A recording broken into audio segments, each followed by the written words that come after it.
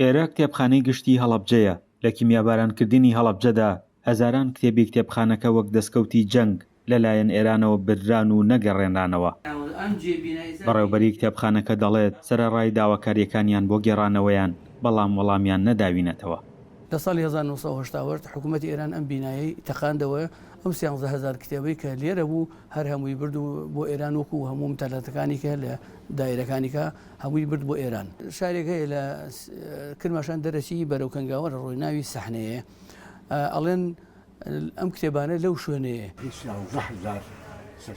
ئیبراهیم هەورامانی خوێنەرێکی کتێبخانەکە بووە. پەردە لەسەر ڕاستیەکی تاڵلا دەدات. ئەو دەڵێت ئەو 11,000 سەرچاوە دەگمەن و جیاوازەی کە ناسنامەی ڕووناکبیری شارەکە بوون دوای بردنیان لە بازاڕەکانی ئێراندا وەک کاڵای جەنگ مامەڵەی کڕین و فرۆشتنیان پێوەکراوە.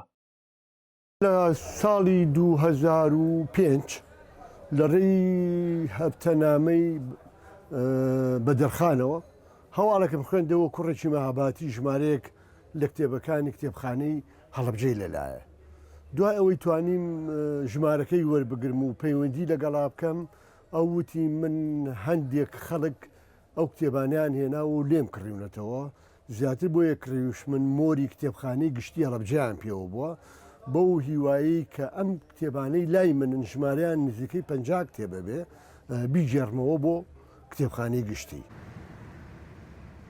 لە ناو جەرگەی ئەو 11,000 سەرچاوە دزراوەدا برینێکی قوڵتر هەیە کە هێشتا نووسەران و ڕووناکبیرانی شارەکە جێگەی نیگەرانیانە. ئەویش فەوتانی ئەو دەستنووسە دەگمەنانەیە کە خەتی دەستی شاعرانی کۆن و نوێی هەڵەبجە بوون. یان دەستنووسی شاعرانی گەورەی هەڵەبجەی تایە کە شاعرانی دیاری کوردستانن. من دیدارم لەگەڵ خەڵکی ڕۆشنبیری هەڵەبجا ساز کردووە کە پێی وتم دەستنووسی مامۆسا ناتقی شاعیر با بڵێن لە ناو ئەو کتێبخانە هەبووە دەستنووسی خەڵکێکی تروە.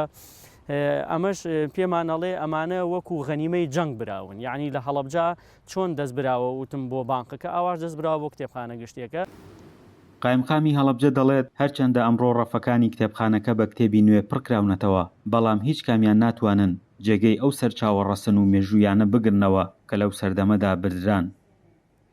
یەکێک لەو شتانە کە زۆر داوایەکەین و ئیسرائیل لەسەرەکەینەوە کەڕاندنەوەی ئەو کتێبانەیە بۆ نمونەشتی کەش ڕەنگە برابێ بەڵام وەکو دەستکەوتێکی جەنگ بەس ئەوەی لای ئێمە گرنگە نرخی ئەو دەستنووسەیە نرخی ئەو هەنێ لەو دیوانە دەگمەنانەیە کە لە کتێبخانە بۆ کاتی خۆی هیوادارین ئەمە دووبارەش یەکەینەوە بەهۆی ئەو بارودۆخەی کە ئێستا ڕەنگە پرۆسەکە وەسابێت. بە پێی زانیاریەکانی نووسەران و شاید حاڵانی شارەکە ئەو گەنجینە دزراوە براوەتە شارێک بە ناوی سەحنە لە پارێزگای کرماشانی ئێران. سەرەڕای تێپەڕبوونی 38 ساڵ بەسەر ئەو کارەساتەدا داواکاری فەرمی و بەردەوامی ئیدارەی هەڵەبجە و ڕۆشنبیران ئێران تا ئێستا هیچ وەڵامێکی ئەرێنی نەداونەتەوە. ئامادەش نییە ئەو ناسنامە نەتەوەییە بۆ خاوەنە ڕەسەنەکانی بگێڕێتەوە. فەرحان هەورامانی، دەنگی ئەمریکا، هەڵەبجە.